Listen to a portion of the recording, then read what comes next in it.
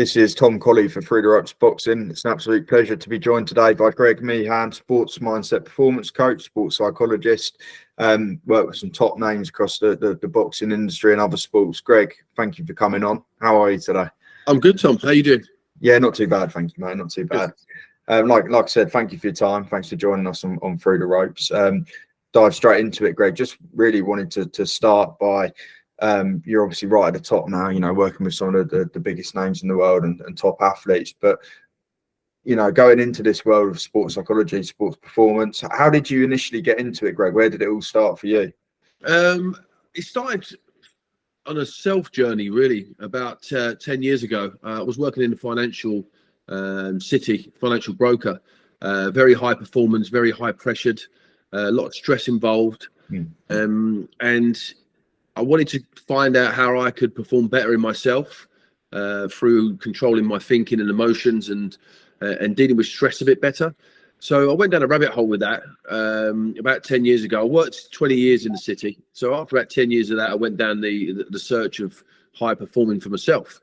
And I went on to discover different techniques and learning lots about the brain, how it works and how the human emotions work. And I performed better based off it, and I found it very interesting and went a bit further and then started to develop it into a part-time role of helping other people, and eventually developed into a full-time profession for me. When you went into that and you started getting into that, Greg, was the plan to always go into the sporting side of it, or was it just general psychology that you initially took an interest in, or how did it sort of venture into where you are now, into sport? Initially, it was just, as I say, for myself and my own performance and that psychology. But when I started to help people, the first person I helped was a friend contacted me a few years back and said, "Oh, I know a football player that would help for him to speak to you." And I said, "Oh, I'll do it as a favour." Like, you know, I had a full-time job, and he was like, "No, do it as a thing." You know, and so I did. I spoke to the guy, and I ended up working with him for 2 seasons in his professional career. And it sort of started from there, really, after sort of falling into sport a little bit rather than going down a particular road. But at the moment, I work in sports and in the corporate world as well now, due to the connections I have in London as well. And so it's both sides. But initially, it started in sport by accident, I suppose you can say. No, correct me if I'm wrong. I think you predominantly work with boxers for the most part. Am I right in saying that? Yeah, I would say currently mostly boxers, football and a little bit of golf at the moment. And obviously, you know, as we know, to be a boxer, boxing, it takes a special kind of mindset. They're normally a unique type of individual that can do that. How does it differ working with, say, a footballer to a boxer? Do you have to sort of adapt your style depending on the type of sportsman that you're dealing with? Oh yeah, 100%. This stuff is very individual anyway. You know, we're all different types of people, and we all have different things that we want to develop. One thing's for sure, though, is all professional athletes have an outstanding mindset anyway. You know, they'll come to me for something that maybe which has fallen off a little bit. They just want to build it up again, and I've had people come to me that say, like, everything's great, I just want to make sure that I stay great. You know, just, you know, looking at prevention side of things. But generally, most athletes have a great mindset, and it does differ through sports. You know, boxing's an individual sport, and it's just their main performance is every 3 months if they do a camp. So that's what they're aiming for. So we build up the mindset over the course of the 3 months, whereas a professional footballer, like, their fight day is every Saturday. So it's almost like a fight camp with a week. And as much as a football player is in a team sport, they're very in competition with each other. You know, some of the bigger clubs, they've got 4 or 5 players in each position. So on a day-to-day basis, a footballer could need, you know, sort of checking on himself to making sure he's not letting the competition get to him too much. Whereas a fighter is very much you versus you, getting in there, preparing. They have stable mates in the boxing, but they're not teammates. They're like stable mates. So they're going in the ring on their own. So each sport is different for sure. And what I wanted to get out of this as well, so with yourself, is just sort of going into the mindset of a fighter. And how did you sort of learn, or did, I suppose it's probably different for all, you know, depending on the individual that you're dealing with, but going into like the mindset of a fighter, what makes them tick? How do you sort of adapt that to each individual that you work with, and learn what makes them tick, and learn, you know, what to do for each individual that you work with, if that makes sense? No, it makes perfect sense, and it's a good question. As I said, everyone's different. Everyone has trigger points to what helps them mentally to perform, or what is needed to help them go to the next level in any sort of challenge. Most sort of high performance takes discipline and consistency, which most athletes have already. But sometimes there's a lot of distractions around that can prevent them from staying on track as such. And it's about learning about the fighter.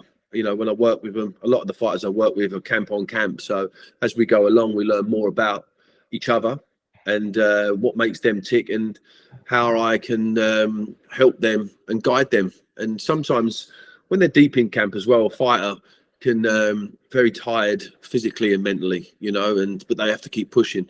And sometimes it's just to help their perception of how they're feeling at the moment. Sometimes they feel like they're either overtrained or not trained enough, when the reality is they're just tired. You know, they're exactly where they should be. And sometimes it's just a case of helping them shift how they're thinking, depending on what type of area they are in their camp and what time.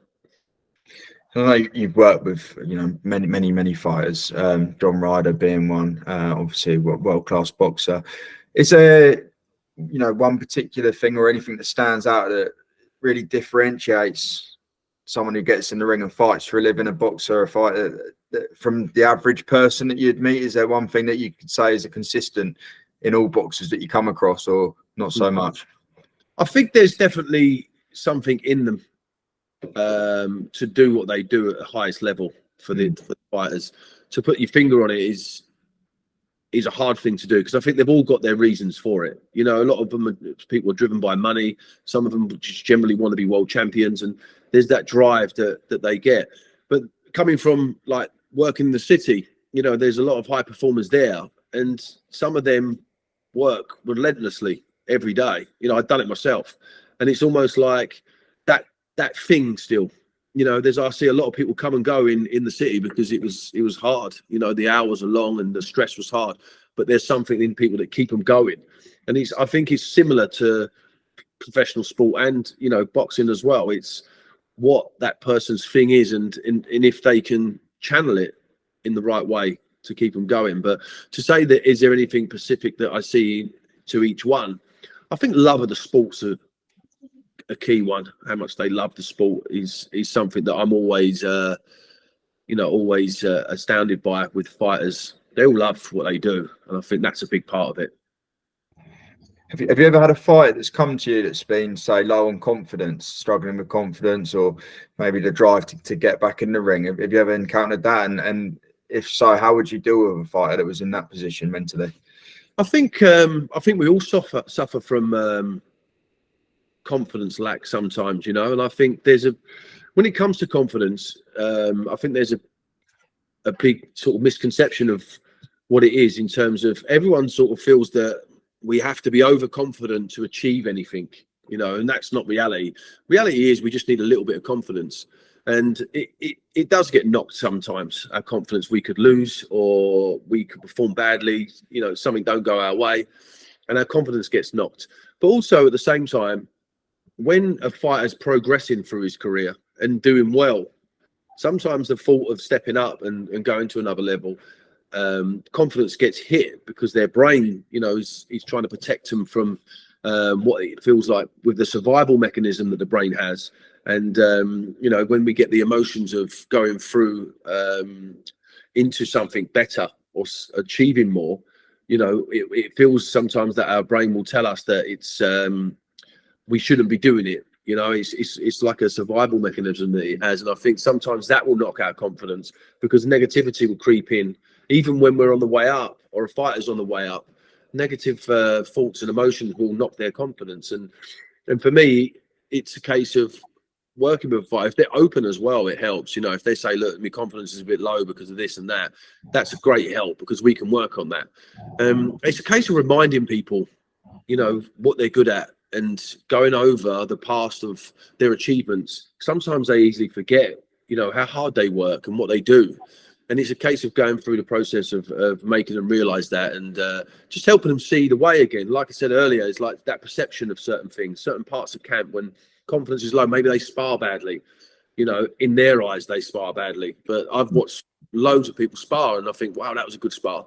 And they come out and say, oh, it was terrible. And I think, he wasn't, he was good. But sometimes it's their perception of it. And it's just, you know, sometimes confidence gets knocked a little bit. But reality is in this world, no matter what you do, you just need a little bit of confidence, you know, just a little bit of confidence because you tend to take more risks when you've got a little bit of confidence. When you've got too much confidence, you won't take the risks and you won't do the next thing because your attachment's to that confidence and it will hold you back with too much of it.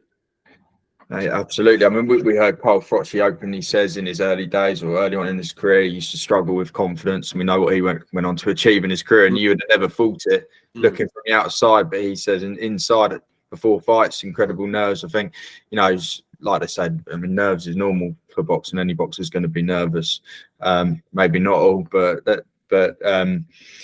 but yeah, I mean, it's like you say, it's normal, and I expect it's a case of building confidence over the space of a career. What are the biggest challenges that you encounter dealing with world-class fighters? Is there any particular challenges that you encounter? Because I don't know, maybe pride or the type of person it takes to be a world champion boxer. Sometimes maybe they could be more closed off. Is that something that you find? Yeah, I mean, if somebody's got something they want to work on, but they're not prepared to do the work or be too open with it, it's very difficult to help them and guide them. And that can come down to ego a little bit, which will hold people back. Their ego will tell them that they don't, you know, there's something they need to work on, but they're not prepared to do the work. And sometimes that's a difficult hurdle to overcome, for sure. I think the main challenges for athletes or boxers is, as you say, about controlling the nerves, them situations, you know, because I help people train to identify certain emotions like excitement and feeling nervous are very close in terms of what they do to the body. So sometimes a fighter will say, I really struggle with nerves, and sometimes you just break it down to like, when do you feel most nervous? Oh, just before the fight. Okay, you know, maybe you're just a bit excited because you're about to do something that you really want to do and you want to perform well. So, and I think everyone, you know, gets about nerves. I think it's about just identifying it, controlling it, which is not an easy, it sounds easy, but it's not an easy thing to do, but people can do it. And like you say, people like Cole Frotch, who openly says about nerves and then goes on to perform how he used to perform. It's just a case of identifying and then channeling it as well in the right direction. So, yeah.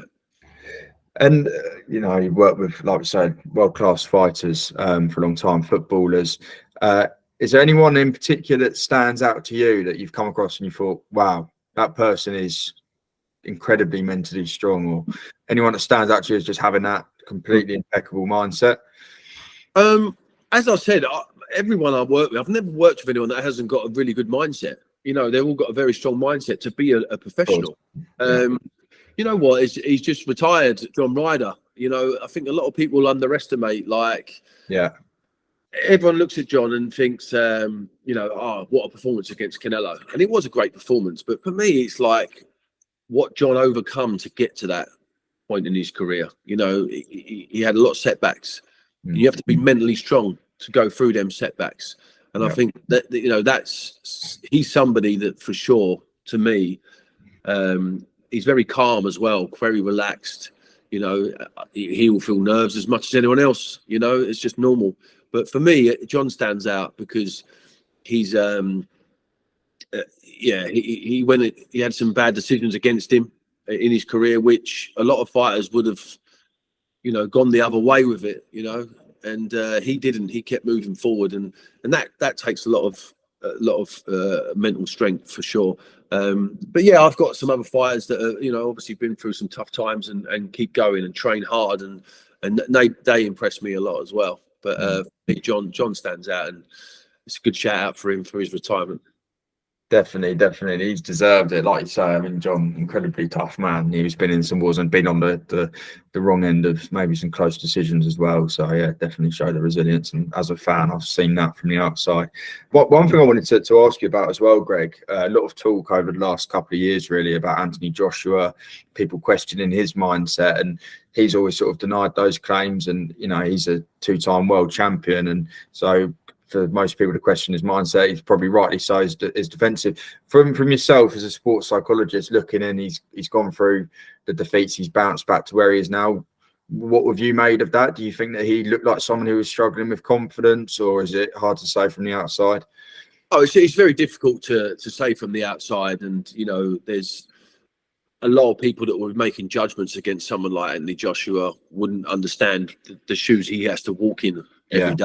You know, the pressure that he's under. But then look at the track record. Like you said, he's 2-time heavyweight champion, and you know, he's just come back again and had a great performance. And for me, well, probably a good chance he wins another world title. But I'm sure that he has been through points where his mindset may have been quite vulnerable because he's a human being, you know. And when you're in the public eye, like someone like Anthony Joshua is, I think everything's monitored non-stop, and it's very hard to be perfectly all the time, you know, especially when you're scrutinized all the time and everyone's watching you. But I think you just got to look at his track record and what he's achieved, and from the outside, of course, and that takes a strength in himself to do that. So if he has had any vulnerabilities, which I'm sure he would have, because we all have them, he's definitely overcome them. So he proved what he's capable of mentally and physically. Absolutely. He's looking somewhat back to his best. And like I say, I think to walk out in front of 90,000 at Wembley and fight Klitschko, you know, there's not going to be a lot wrong with your mindset to do something like that. I know you've got to go soon, Greg, so we're on a tight time schedule. And like I say, I really appreciate your time. One last question I had for you, just touching on psychology again. So you've got Josh Taylor, Jack Catterall, the rematch has been announced. Last time out when they first fought, I mean, it's no secret, it was a very controversial decision when Taylor got the call. That, you know, that was Josh's opportunity. He'd worked for that for a long time, and that was his opportunity to be undisputed, and he didn't get the decision that night. He's now in the rematch. The time has come. If you were in both sides of each other's camp, where do you think the mindset of the fighters would be at that point, and what would you be advising them? For Josh Taylor, he's got to deal with the fact he knows it was a close fight last time. He got a decision. For Jack Catterall, there's that disappointment, but now he's got to do it all over again. What would you be telling each fighter in that position? It's hard without knowing the actual fighters, but, you know, just from the outset, you'd sort of, if you knew them and you was working with them, you'd know how they operate. I don't know them particular fighters. I just know them from the outset, but you just got to watch out for, like for Jack's side, where, you know, he won that fight in my eyes, and he's probably gone through a tough process of dealing with that, and now he's got his opportunity again. But, you know, there's always going to be certain doubts to perform again at that level. You know, I think the main thing for him would be to make sure that he was confident in the right way, and not like, oh, well, I've done this before, I can do that again easily, which he will think like that. But if he was in his camp, and you just be watching out for things like that, you know, and I'm sure he's somebody that's very dedicated in his camp. So, and he's got a good team around him. So I think that they'll be looking to make sure that he doesn't think, oh, I'll just do the same again and get a decision this time. That's something I'd watch out for. And then obviously with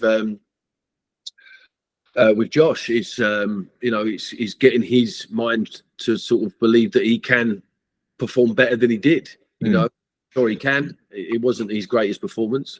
You never know what's going on in people's camps. You know, injuries and setbacks, and that could be reasonings for their performances. And if there was something like that for Josh, then making sure whatever that was that prevented him from performing his best would be something that you'd watch out for.